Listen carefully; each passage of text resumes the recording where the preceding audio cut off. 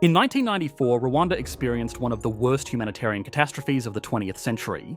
A systematic genocide that killed somewhere between 500,000 and 1 million people in roughly 100 days. A third of the population fled, the infrastructure was destroyed and the economy collapsed, falling by roughly 50% in a single year. By any reasonable measure, Rwanda in 1994 wasn't a developing economy. It was barely a country at all. And yet, just 30 years later, people are comparing it to Singapore.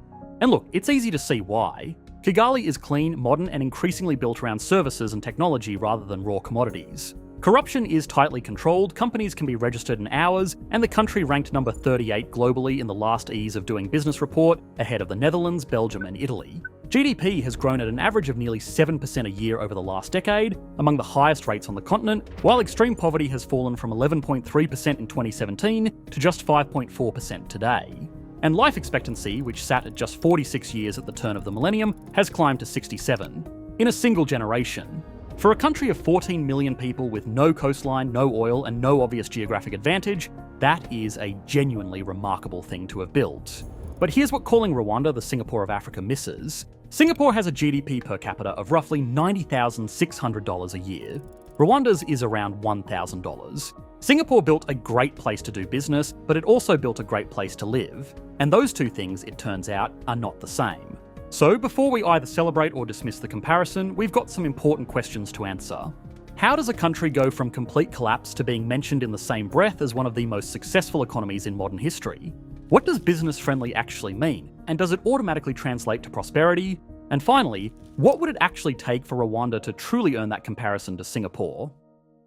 We are 1 quarter into 2026, and AI has already made some massive advancements. With this being the slowest the technology will ever move, it does feel like learning about it would be one of the best ways to approach it. That is where our partner Outskill comes in. Outskill is a platform where you can learn and multiply your AI learning in just 2 days, and this is completely free. Outskill's 2-day live AI mastermind is happening this weekend, 16 hours from 10 AM to 7 PM Eastern Standard Time on Saturday and Sunday, designed for a global audience with a well-suited time.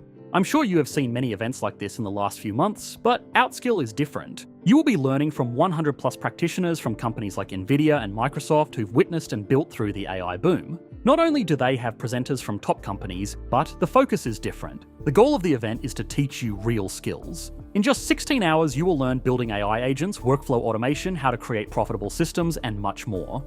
Just click on that link in the description or scan the QR code and stay updated by joining their WhatsApp community before the big blast.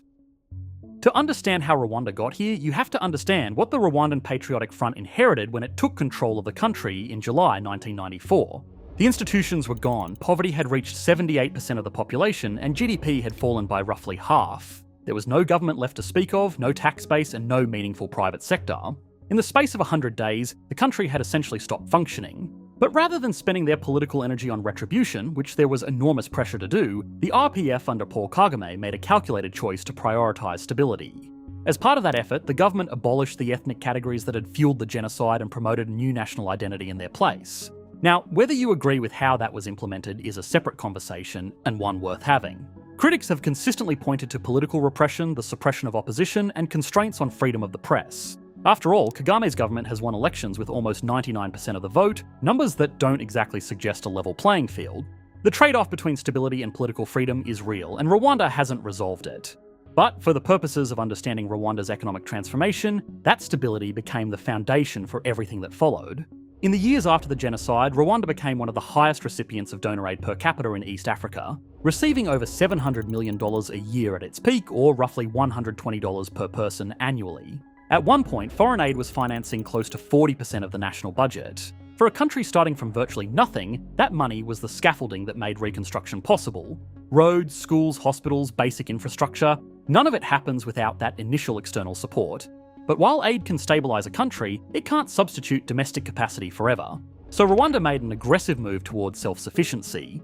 In 2000, Kagame's government launched Vision 2020, a long-term development plan with a goal that was frankly ambitious to the point of seeming unrealistic at the time. The aim was to transform Rwanda from a low-income, agriculture-based economy into a knowledge-based, service-oriented one within 2 decades. Alongside that vision came a deliberate push to build a domestic tax system. To make that possible, the country established the Rwanda Revenue Authority in 1997, which quickly became one of the more professionalised tax agencies in the region. As a result, tax revenue as a share of GDP rose from under 10% in the late 1990s to roughly 14 to 16% in recent years. That might not sound extraordinary by European standards, but in sub-Saharan Africa, it places Rwanda among the stronger performers, and that progress translated directly into fiscal independence. By 2017, Rwanda was financing over 60% of its national budget through domestic revenues, up from just 39% in 2000. This is a remarkable shift for a country that less than 30 years earlier had no functioning government at all. And with that financial foundation in place, the economy responded. Between 1996 and 2002, GDP grew at an average of 9.5% per year as the reconstruction phase took hold. Growth slowed slightly as the country moved from reconstruction into development, but it never really stopped. Now, reconstruction alone doesn't explain the Singapore comparison. Plenty of countries have rebuilt after conflict. What made Rwanda different was the ambition of what came next. Part of that ambition involved deliberately changing the story the world told about it. Rwanda successfully rebranded itself from a country defined by genocide to one known for its stability, technology, and opportunity. That rebranding campaign was as calculated as any economic policy, and it was backed up by real institutional reform. In 2008, Rwanda ranked worse than 140th globally for ease of doing business. By 2019, it had climbed to 38th. That's one of the largest sustained jumps in the index's history, and it didn't happen by accident. The Ease of Doing Business Index measures 10 things, including how easy it is to start a company, get electricity, access credit, and resolve insolvency. Rwanda improved in almost all these categories consistently, year after year. Entrepreneurs can now register a business within 6 hours through an online system. Registering property, which took 354 days in 2005, now takes an average of 7. Now, just because Rwanda isn't easy to register a business doesn't mean it's a good place to run one. Many companies operating in Rwanda report that while starting a business is genuinely easy, sustaining a profitable one is harder than the rankings suggest. The landlocked geography means shipping a container from the port at Mombasa to Kigali costs 3 to 4 times more than shipping it from Shanghai to Mombasa in the first place. The domestic market is small, access to affordable financing is limited, and the enforcement of tax incentives can be inconsistent. These are real problems, and yet Rwanda is wagering that it offers enough advantages to make these challenges tolerable. And as Africa opens to continental trade, multinationals and regional businesses will need somewhere to set up their East and Central African operations. They'll want a country with reliable infrastructure, low corruption, fast bureaucracy, and political stability. Rwanda is betting it can be that country, the place businesses use as a base to reach a regional market of over 330 million people. This is very similar to how Singapore became the entry point into Southeast Asia. It's a compelling gamble, and you can already see it paying off. Services now account for roughly half of Rwanda's GDP and grew at 10% in 2024 alone. Kigali has a new international financial centre, a technology park modelled loosely on Silicon Valley, and Carnegie Mellon University has opened a campus there. The ICT sector is now Rwanda's second largest export contributor, accounting for 17% of total exports. That's the part of the story that looks most like Singapore. A modern, increasingly knowledge-based economy centred on finance, technology, and Kigali's growing status as a regional conference and business hub. But outside Kigali, the picture gets more complicated. GDP per capita in Rwanda was $1,110 in 2025. 27% of the population still lives below the national poverty line, and agriculture still employs 40% of the workforce. For most Rwandans, the economy still runs on subsistence farming, not tech parks. So, while Rwanda's institutional quality and growth are real, calling it the Singapore of Africa is a bit like looking at a foundation and calling it a skyscraper. The foundation is genuinely impressive, but the hard part is what comes next. And nobody has navigated that particular journey more successfully than Singapore. In 1965, Singapore was ejected from Malaysia. It had no natural resources, unemployment sat at 9%, GDP per capita was $516, and 40% of the population was illiterate. What Lee Kuan Yew did, deliberately and systematically, was make Singapore indispensable to the region around it. He aimed to build a corruption-free environment, championed free trade, and positioned the country as the most reliable place in Southeast Asia to do business. So, when Asia opened to global commerce in the second half of the 20th century, multinationals needed a base, and Singapore was the obvious answer. Rwanda is using the same playbook, just with Africa instead of Asia and the African Continental Free Trade Area instead of the shipping lanes of the Strait of Malacca. The AFCFTA creates a single continental market of 1.3 billion people with a combined GDP of $3.4 trillion, the largest free trade area by number of member states since the establishment of the World Trade Organization. If African countries genuinely begin trading with each other at scale, then the logic of Rwanda's position becomes very compelling. A stable, well-governed, business-friendly hub sitting at the centre of East Africa with reliable infrastructure and low corruption becomes exactly the kind of place a multinational would choose to set up their continental operations, the same way they chose Singapore. And when you look at Rwanda relative to its actual competition in East Africa, this strategy makes a lot of sense. Kenya is East Africa's largest economy. It has coastal access, a deeper financial sector, a larger domestic market, and Nairobi is an established regional hub for finance and technology. But Kenya ranks 56th globally for ease of doing business, almost 20 places below Rwanda. And Kenya has a persistent history of post-election violence, institutional unpredictability, and corruption that makes long-term investment planning genuinely difficult. Uganda ranks 116th. Ethiopia has grown fast, but the Tigray conflict exposed just how fragile that growth can be when political stability unravels. Rwanda, meanwhile, ranks 38th. Not just the best in the region, but one of only 2 African countries in the global top 50. But there are reasons to be cautious. Before we get into them, a quick word about the Economics Explained newsletter. There are a lot of economic stories we'd love to cover on this channel, but not every topic is big enough for a 15-minute video. So, we launched a weekly newsletter to cover them properly. It's interesting, genuinely important stuff, like what a $12 combo meal reveals about inflation, or whether prediction markets are just gambling dressed up in a suit. It goes out once a week, it's completely free, and the sign-up link is in the description below, or scan this QR code on screen now. Now back to Rwanda and the reasons to be cautious about its economic growth. The first reason is geography. This is one place where the Singapore comparison breaks down almost completely. Singapore's port handled over 41 million shipping containers in 2024 alone, making it the world's largest transshipment hub, connected to over 600 ports worldwide. Rwanda handles, well, 0. The country is landlocked, and getting goods in and out remains expensive. Getting a container to East Africa isn't the expensive part. Moving it inland is. Shipping one from Dubai to Mombasa costs roughly $1,400 to $1,700. But transporting that same container from Mombasa to Kigali can cost around $4,000. And besides being expensive, it's slow in ways that no business environment ranking captures. Getting goods in and out of Rwanda means choosing between 2 bad options. The primary one is the Central Corridor, which runs 1,500 kilometers from the port of Dar es Salaam through Tanzania. It's shorter, faster, and the route most Rwandan cargo takes. But when Tanzania experienced post-election unrest in late 2025, drivers ran out of fuel and were stranded where they stopped. So what normally takes 2 to 3 days stretched to more than a week. Some trucks already on the road had to turn back entirely and reroute through Uganda. Which brings us to the second option. The Northern Corridor running 1,800 kilometers from Mombasa through Kenya and Uganda to Kigali. The problem is that it takes a semi-truck around 5.6 days just to cover the 1,200 kilometers between Mombasa and Kampala, and Kampala is only 2/3 of the way to Kigali. Of those 5.6 days, 2.6 are lost entirely to weighbridges, border delays, and police roadblocks. The same distance would take around 2 days in Europe, and that's before the bribes.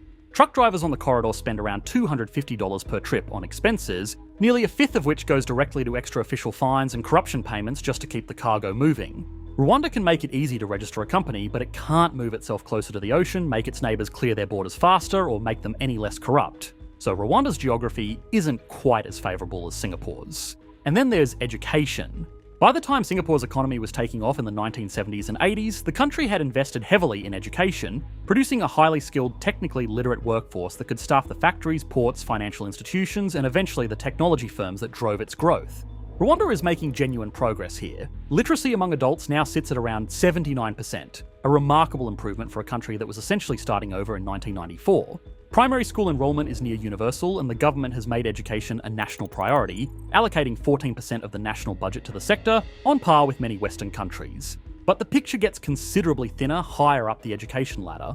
Only around 9% of Rwandans aged 16 to 30 have attended tertiary education, and outside Kigali, computer literacy sits at under 9% in some provinces. Carnegie Mellon's campus in Kigali is Rwanda's most visible answer to that problem, but as of 2025, it has around 320 graduate students, and those students are drawn from across the continent, not just Rwanda. That's not a criticism of the institution, which is doing genuinely impressive work. It's just a context check. Singapore's economic transformation required hundreds of thousands of skilled workers moving through its education pipeline every generation. Right now, Rwanda is producing hundreds. Then there's a third constraint: Rwanda's export structure. A significant and growing share of Rwanda's export revenue comes not from services or technology, but from minerals: tin, tungsten, tantalum, and gold. In 2024, mineral exports reached $1.7 billion, with gold alone generating $1.5. For a country without large gold deposits of its own, that number raises questions. The EU has imposed sanctions on Rwanda's main gold refinery over allegations that it processes gold originating from conflict zones in the Democratic Republic of Congo, specifically from areas controlled by armed groups. Rwanda has consistently denied the allegations, maintaining that it complies fully with international traceability laws. The reality, as best as independent researchers can establish, is somewhere in the middle.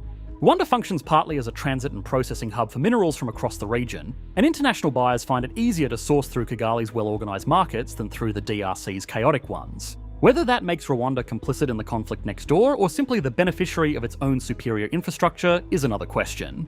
But economically, that answer matters less than the risk. A meaningful share of Rwanda's export boom rests on revenues that are geopolitically fragile, with supply chains under scrutiny and international sanctions already making investors nervous. Rwanda has diversified considerably since the 1990s, but a small economy exposed to a narrow set of revenue streams is still a vulnerable one. And then there's the question that sits over all of the others. What happens when President Kagame is no longer in the picture? Rwanda's success cannot be dissociated from Paul Kagame's personal leadership, and that is both its greatest strength and its most significant long-term risk. The country's institutions have been built around one man's vision to an unusual degree. That includes the National Unity Project itself, built through the deliberate suppression of ethnic identity that followed the genocide. For 30 years, the divisions that tore the country apart have been managed through a combination of law, political will, and the authority of a single administration. A resurgence of those divides isn't the most likely outcome of a leadership transition, but it isn't impossible either. And that's the problem. Because there's no established mechanism to manage that transition smoothly, as independent democratic institutions have been eroded, not strengthened. Singapore transitioned leadership multiple times without destabilisation because the institutions Lee Kuan Yew built were strong enough to outlast him. Whether Rwanda can do the same remains an open question. Now, that doesn't make Rwanda's strategy unreasonable, but it does mean it's a bet. And Rwanda is doubling down on that bet in ways that are either visionary or concerning, depending on how the next decade unfolds. A new $1.3 billion international airport at Bugesera is already under construction. By 2028, it's designed to handle 7 million passengers a year, and crucially to move cargo by air in a country where transporting goods by road costs a fortune. And more growth is on the horizon. Rwandair is expanding, now partially owned by Qatar Airways. There's a new convention centre in Kigali and a potential Formula One circuit. These are the physical building blocks of a Singapore-style country, and the logic behind each of them makes sense. But Rwanda's public debt rose to 73.6% of GDP in 2025, up from 67.2% the year before. The IMF has warned that the Bugesera airport alone will push that figure to 86% by 2027. So, is Rwanda building the infrastructure of a hub economy before it has the trade volumes to justify it? Singapore built its port because the trade was already there.